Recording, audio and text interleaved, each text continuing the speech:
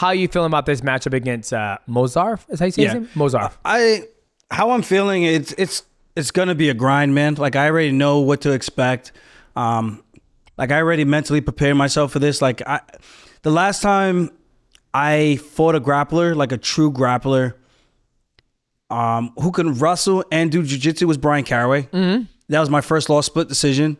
And I lost that match because I did 3 workouts the day of that fight like an idiot. It was like probably my 3rd time fighting in Vegas. I was the Fight Pass prelim headliner, whatever the that means.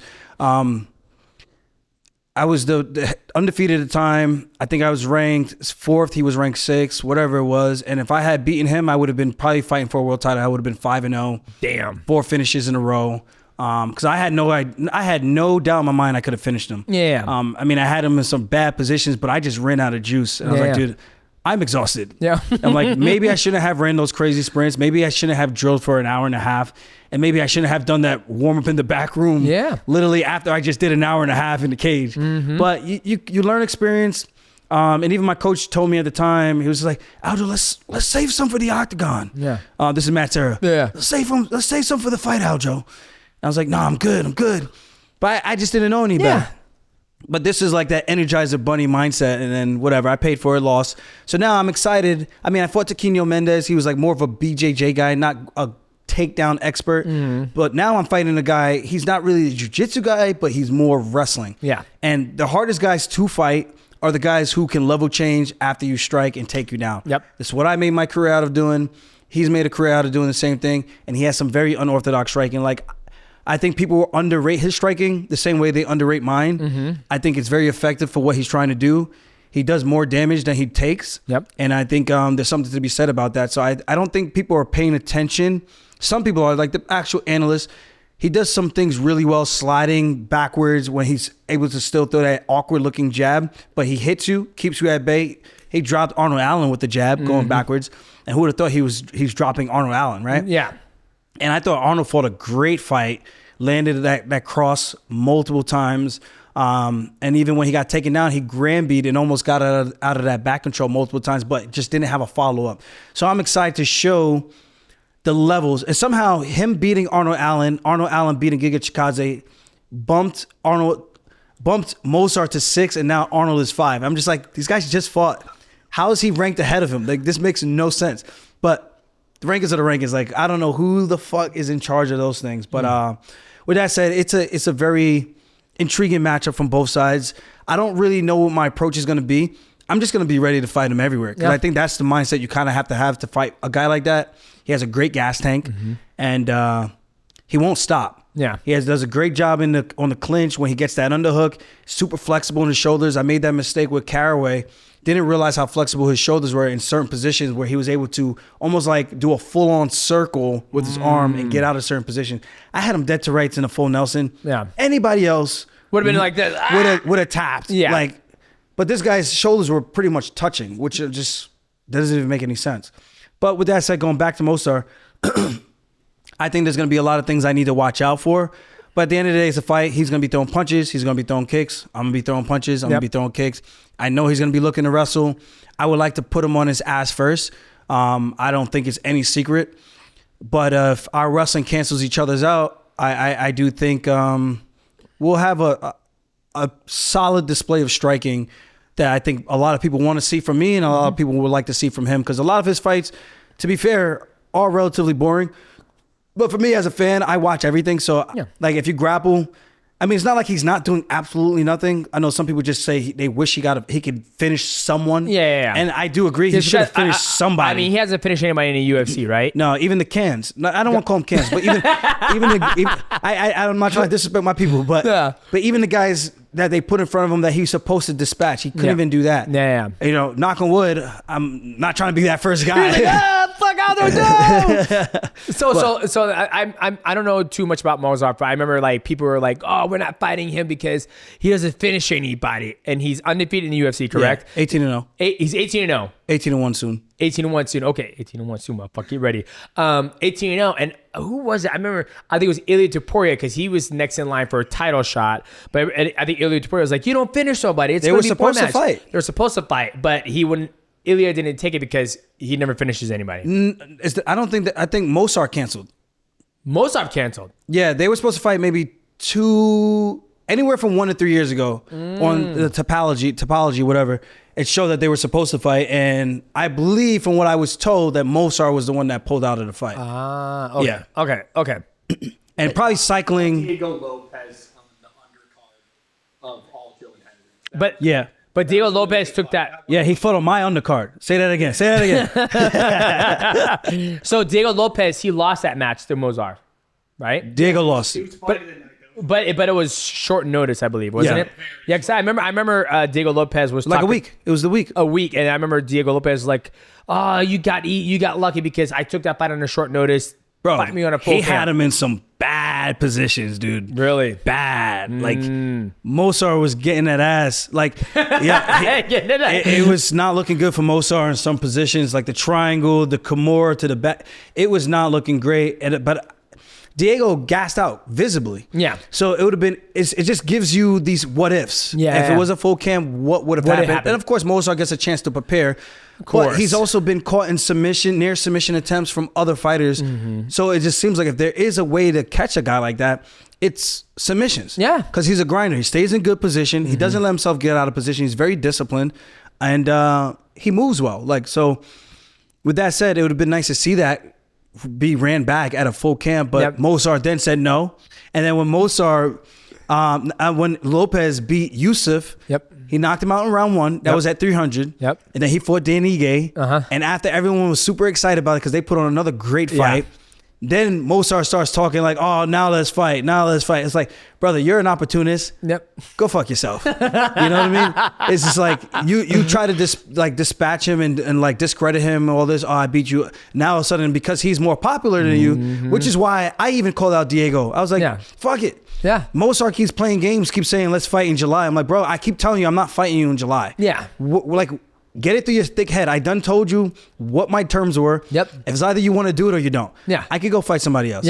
So with that said, because you're the brand in between that fight. You're the A side. He's the B side, right? Yeah. Like not a lot of people are lining up to see MOVSAR fight, right? They're lining up to see you fight because you were the former world champion at 135. Now you're making a new, state in 145. You're powerbomb homeboy. People want to see that same action again. You did. You powerbomb over her. Right? I know. And credit to Dana White actually giving me props.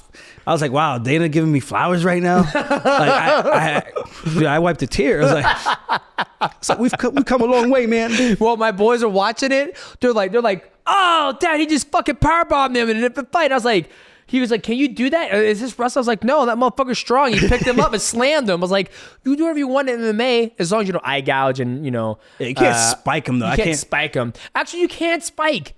There's no out of submission. But you can't like do a takedown and straight up just spike him on his head. So you from can what I was told. Okay, so you can't spike, but you can spike if you're trying to get out of submission. Out of submission, yeah. Where like you hold on to that armbar, I can pick your ass up and throw you down. Gotcha, but you can't just go up, tombstone a motherfucker. Yeah, that's why when like that Kevin Dancer kid had the armbar and I started swinging around like a helicopter, I'm like, bro, I would kill you right now. Yeah, I know. Like, you think this is something? Yeah. Let me show you something. Let me tell you something. Let me tell you something. Yeah. Well, the funniest thing about that is that I wake up and I'm like going through Instagram. Did you just get warm? What do you mean? From this? Put some hair in my chest. Yeah, no, it feels good. It tastes good. I don't drink anymore. So this is the first time I had a drink in probably like 2.5 months, 3 months. So wow. It's good.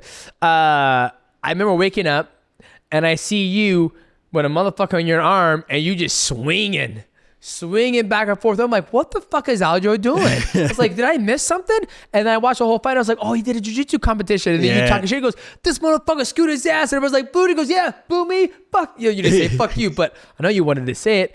But it's an interesting thing where you spike people. When you powerbomb him, it was just to, like, you were trying to pass his guard, or no, he shot in and then you grabbed underneath him and then you lift him up. Who's that? Cater? Cater, yes. No, so he reversed. He finally did something on the ground. Oh, God. Because he kind of just held me in a stalemate position where like trap my arms. And the people are like, you need to do more damage. I'm like, dude, what do you think I would like to do more damage. But if my opponent does not allow me to do that, what am I supposed to do? Just try to stand up and let him just stand up? Like, no. If I pull out, he's going to get up. Yeah. And that would just be the dumbest thing ever, you know? So, of course, I'm going to do what I'm given. I had to work with what I was given. So he finally did something. I forgot. I was passing, and then I forgot what I was trying, but then he was able to get to like an underhook position, came up to a single. He wrestled up, and then I stuffed his head. Yep. And that was one of the techniques I show him, the MMA wrestling class we do back in Long Island. I was like, when a guy gets here, he shoots a single, if he reaches across, he just signed his... That should be a death sentence right there. Yeah. Because he's driving in, his arms are locked, you stuffed his head, he has nowhere to go other than to go belly down and just try to flatten yourself out like a pancake, just go limp. Yeah. Because if you don't go limp, you're getting picked up. And we show this one, you pick him up by the chest where you feel so much pressure on this cavity. You could go by the waist, but then they become a little top heavy. So you go by the chest where you could just pick him up and show him what's up. And slam him power style. Yeah, all that good stuff. I love it. Man, well, I'm super excited for your fight against MOVSAR for UFC 307. I think it's going to be a sick fight. I like you going down to 145 instead of 135. Not that I have my opinion fucking matters, because I'm a fanboy. I'm an analyst now. I watch fights and I see where people can do their best. And I felt when you fought Cater, right? Cater, we worked a little bit, and you took literally no damage from one of the guys who. Like when he fought Shane Burgos, they were going back and forth. And me, you always talking about what's the easiest way to victory with the least resistance, right? And you didn't take any damage in that fight.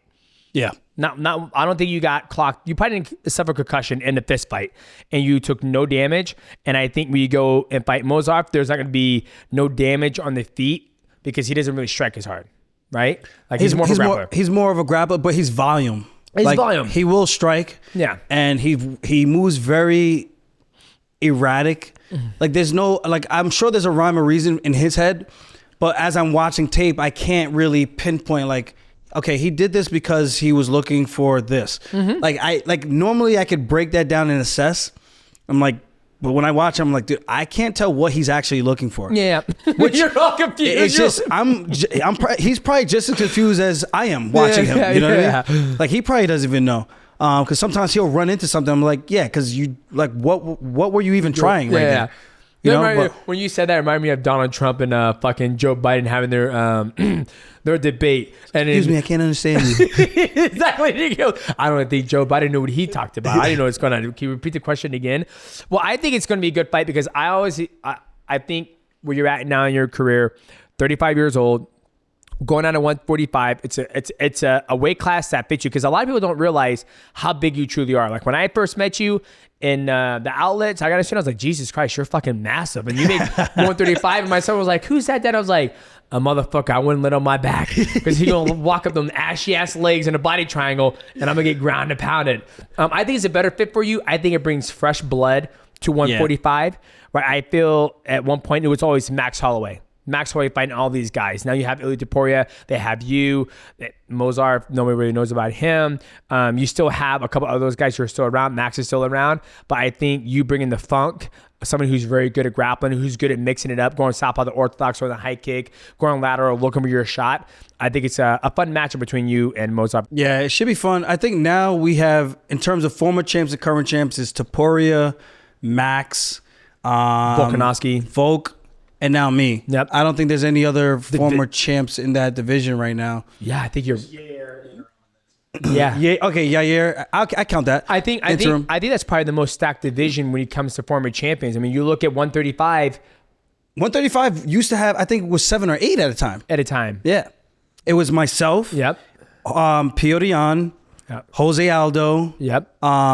Uriah Faber. Dominic Cruz. Yep. TJ Dillashaw. Henry Cejudo. Yeah. And I feel like I'm missing one, but yeah, that is pretty fucking stacked. That was a stacked division where it's just like, yo, bro, this is a killer's division. Any 7 of those guys could be champion or were champion at one point in time, right? I think Cody Garbrandt. Cody Garbrandt, that's right. Oh, good Cody. Yeah. It's very interesting. Cody. No, I love Cody. No, we didn't mean it. I know that he's got a new tattoo. I was like, bro, what the fuck? I always love Instagram because, not Instagram, but the internet. the internet's undefeated, right? And then they posted a picture of Cody and TJ Dillashaw. Like TJ Dillashaw has all these tattoos now. He's really dealing with his shoulder injuries. And then you have Cody. He's been on like a losing streak, so he's got a tattoo here. And it was like, man, there has to be something to do with when people start losing their fights. They start just getting random tattoos. But, you know. Now, if you guys enjoyed that clip and you want to check out the whole video, click right here. And if you guys want to see other clips from this channel, click right here. Enjoy.